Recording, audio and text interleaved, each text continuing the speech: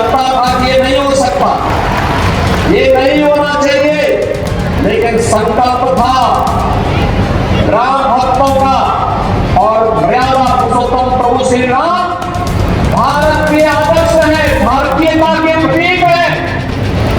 महाराज सुहेलदेव ने गजनी के शासक सालार मसूद का मंदिर तोड़ने के लिए आया था और यहाँ के पवित्र स्थलों को तोड़ने के लिए आया था, तो उसका जवाब देने के लिए उन्होंने भारत के सैनिकों के साथ उसका मुकाबला किया। मुख्यमंत्री योगी आदित्यनाथ बस्ती के बसहवा गांव पहुंचे और सरस्वती विद्या मंदिर के भूमि पूजन व शिलान्यास किया। उन्होंने कहा कि आज देश भर में 12,000 विद्यालय भारतीय संस्कारों से शिक्षा दे रहे हैं। 500 साल बाद अयोध्या में भव्य राम मंदिर बना है। प्रभु श्री राम धर्म के साक्षात प्रतीक हैं। साथ ही उन्होंने बताया कि महाराज सुहेलदेव ने सालार मसूद को परास्त किया था और अब उनकी याद में बहराइच में स्मारक व आजमगढ़ में विश्वविद्यालय बनाया गया है। 500 वर्षों का इंतजार जब समाप्त होता है, अयोध्या में रामलला का भव्य मंदिर का निर्माण होता है। विपक्षी दलों के लिए लगता था कि ये नहीं हो सकता, ये नहीं होना चाहिए, लेकिन संकल्प था राम भक्तों का और मर्यादा पुरुषोत्तम प्रभु श्री राम भारत के आदर्श है, भारतीयता के प्रतीक है। जब महर्षि वाल्मीकि ने नारद जी से पूछा कि मुझे कुछ लिखना है, ऐसा कौन सा आदर्श होगा जिसके बारे में मैं लिख सकूं, तो उस समय महर्षि वाल्मीकि को नारद जी ने कहा कि भाई ये देश के अंदर वर्तमान में दुनिया के अंदर इस धरती में एक ही चरित्र है जिस पर लिखा जा सकता है और वह चरित्र राम का है, श्री राम पर लिखो।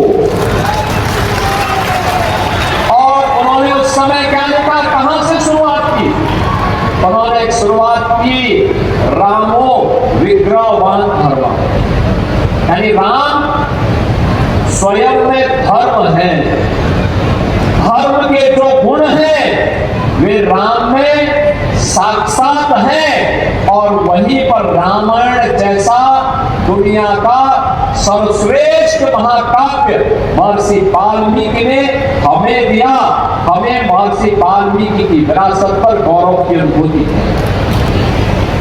आपका यही बगल में जनपद पड़ेगा बहराइच। बहराइच में 1000 वर्ष पहले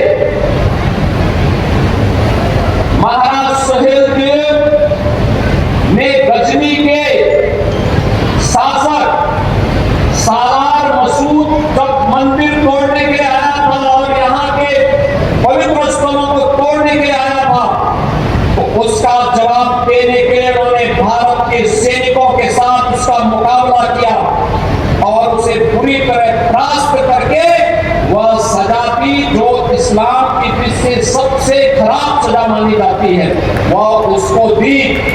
लेकिन हमें भर दिया गया कि सुहेलदेव की पूजा नहीं करनी, सुहेलदेव को मानना हमने बंद कर दिया। लोग सुहेलदेव का नाम ही भूल गए थे। ये हमारी सरकार जब आई तब हम लोगों ने महाराज सुहेलदेव का भव्य स्मारक बहराइच में बनाया, विजयोत्सव का स्मारक बहराइच में बनाया।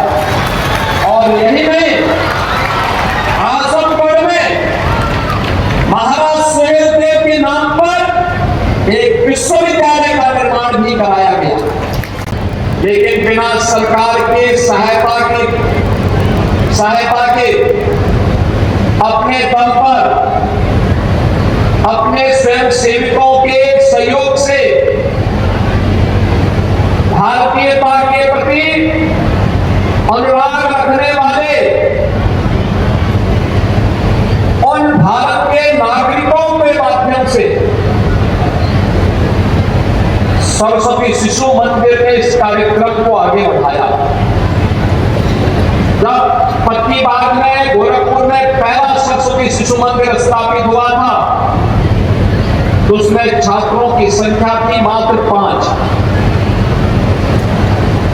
से प्रारंभ होता है और आज 12,000 से अधिक तो केवल सरस्वती शिशु मंदिर के अपने स्वयं के विद्यालय ही हैं।